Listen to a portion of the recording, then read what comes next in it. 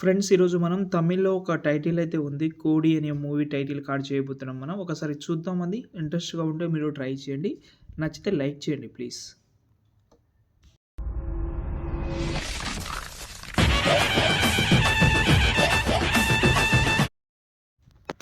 చూశారు కదా! ఈ టైటిల్ అయితే చాలా సింపుల్ అండ్ ఈజీగా అయితే ఉంటది. మీరైతే ఈజీగా చేసుకోవచ్చు పెద్ద కష్టం లేకుండా.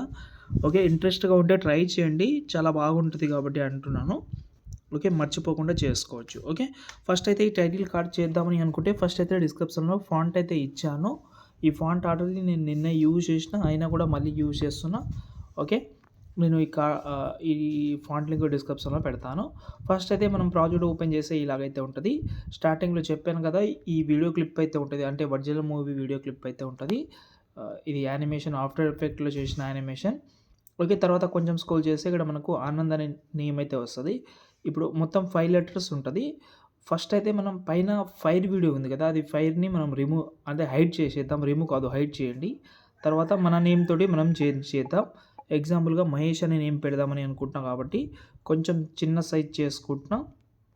ఓకే. ఎందుకంటే లెటర్స్ అనేది కొంచెం ఎక్కువ ఉంటది కాబట్టి మహేష్ అనే నేమ్ పెడతాను. సైజ్ కొంచెం తక్కువ చేస్తా. ఎక్కువ ఏం లేదు. కొంచెం తక్కువ. ఓకే. లెటర్ బై లెటర్ పెట్టుకోండి. దాంతోపాటు సైజ్ అనేది కరెక్ట్‌గా ఉండాలి అన్ని సైజ్ అనేది. ఓకే. క్యాపిటల్ లెటర్‌లో పెట్టండి అన్ని లెటర్స్ అనేది.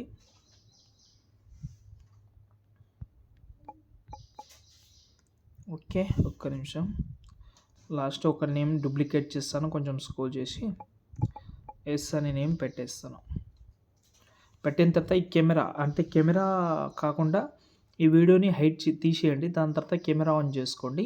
చూద్దాం ఇప్పుడు ఎలా వచ్చిందో అనేది. ఓకే. నేమ్ అయితే ఇలాగైతే వచ్చింది. ఓకే.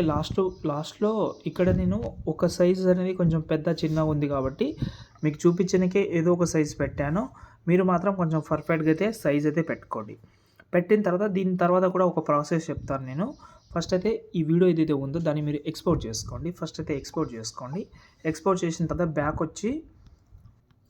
బ్యాక్ వచ్చి న్యూ ప్రాజెక్ట్ తీసుకోండి. 9:16 రేషియో కలర్ అయితే బ్లాక్ కలర్ బ్యాక్‌గ్రౌండ్ పెట్టి కింద ప్లస్ సెకండ్ మీడియాలోకెళ్ళి ఇప్పుడు మనం ఎక్స్‌పోర్ట్ చేసిన వీడియో ఉంటది. నేను ఎక్స్‌పోర్ట్ చేసిన వీడియో ఇక్కడ ఉంది. సారీ ఇది కాదు. దీన్ని నేను ఇలాగైతే రొటేషన్ చేస్తున్నాను. 3 డాట్స్ మీద క్లిక్ చేసి ఫిల్ కంపోజిషన్ ఏరియా.